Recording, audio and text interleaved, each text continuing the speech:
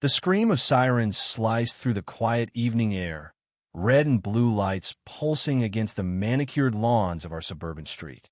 Karen, our neighbor with a penchant for designer handbags and an even sharper tongue, stood triumphantly on her porch, phone in hand, smirking as two police officers marched toward my front door. My wife, Lena, stood frozen in our driveway, her hands trembling, accused of something she hadn't done, of vandalizing Karen's prize convertible.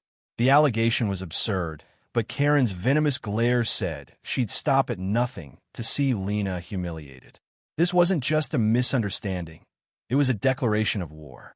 Lena, a soft-spoken Army reservist, had always kept to herself, her days filled with early morning runs and late-night shifts at the local veteran center. Karen, however, thrived on control. From the moment we moved in, she made it clear she ruled this neighborhood. Her complaints were endless. Our grass was too long. Our dog barked too loudly. Our very existence seemed to offend her polished sensibilities. But this time she'd gone too far.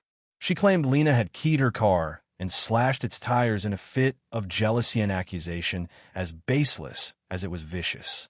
As the officers questioned Lena, Karen's voice rang out, dripping with false pity. "She's always been unhinged," she said, loud enough for the growing crowd of neighbors to hear. I feared for my safety.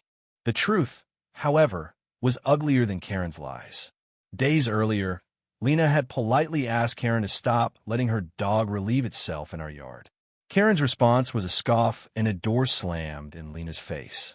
That same night, I caught a glimpse of Karen near our driveway, her silhouette unmistakable under the streetlight, holding what looked like a can of spray paint. I'd brushed it off as paranoia until now. As the officers pressed Lena for answers, I stepped forward, my voice steady but boiling inside. "Check the security footage," I said, pointing to the camera above our garage. Karen's smirk faltered just for a second, but it was enough to plant a seed of doubt. What no one expected was the arrival of Major Clara Evans, Lena's commanding officer from the reserves. Clara, a no-nonsense woman with a reputation for fairness, had been visiting a nearby friend when she heard the commotion. She strode into the scene, her uniform crisp, her presence commanding silence. Karen's eyes widened as Clara approached, her military badge glinting under the streetlights. "Lena's one of my best," Clara said, her voice cutting through the murmurs. "If she's accused, I want proof." The officers hesitated, sensing the shift. Karen, however, doubled down, her voice shrill. "She's a liar. She's jealous of my life." But Clara's steady gaze held a warning, and Karen's bravado began to crack. Then came the twist no one saw coming. Among the crowd was Mrs. Patel, our elderly neighbor who rarely left her house. She shuffled forward, her cane tapping the pavement, and raised a trembling hand. "I saw it," she said, her voice soft but firm. "Karen was out here last night, scratching that car herself. I couldn't sleep, and I watched from my window." Gasps rippled through the crowd. Mrs. Patel, who Karen had dismissed as nosy and irrelevant, had been the silent witness to her scheme. She'd even taken a blurry photo on her old phone, showing Karen's unmistakable fur coat in the act. The officers turned to Karen, whose face drained of color, her designer sunglasses slipping down her nose. The confrontation escalated as the officers reviewed our security footage on my phone. There it was, Karen, not Lena, creeping through her driveway at 2 a.m., a knife glinting in her hand as she slashed the tires of her own car. The crowd erupted in whispers, and Karen's composure shattered. "This is a setup," she screamed, pointing at Lena, at me, at Mrs. Patel, at anyone who dared meet her eyes. But the evidence was undeniable. Clara stepped closer, her voice low but lethal.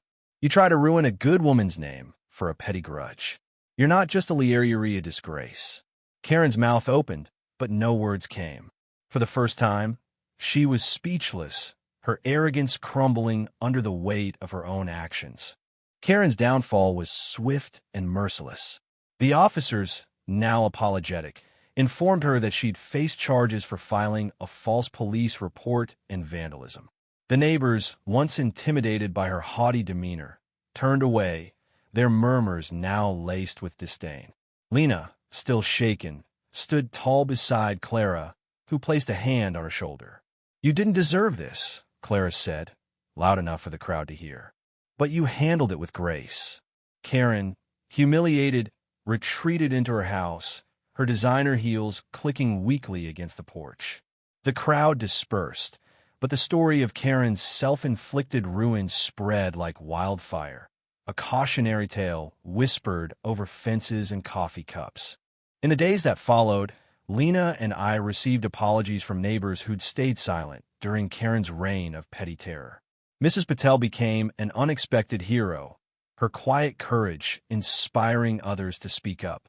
Lena returned to her work at the Veterans Center with renewed purpose, her reputation not just intact, but strengthened. Karen, meanwhile, faced more than legal consequences. Her social empire collapsed as invitations to neighborhood events dried up, her name now synonymous with deceit.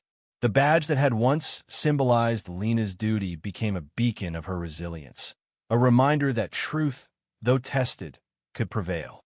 This wasn't just about one woman's vindictive plot. It was about the power of standing firm, of communities stepping up, of lies unraveling under scrutiny. Lena's strength, Clara's authority, and Mrs. Patel's quiet bravery turned a moment of injustice into a triumph of integrity. So what do you think? Was Karen's downfall a fair consequence? Or should there be room for redemption? Share your thoughts, because in stories like these, the line between right and wrong is where the real conversation begins.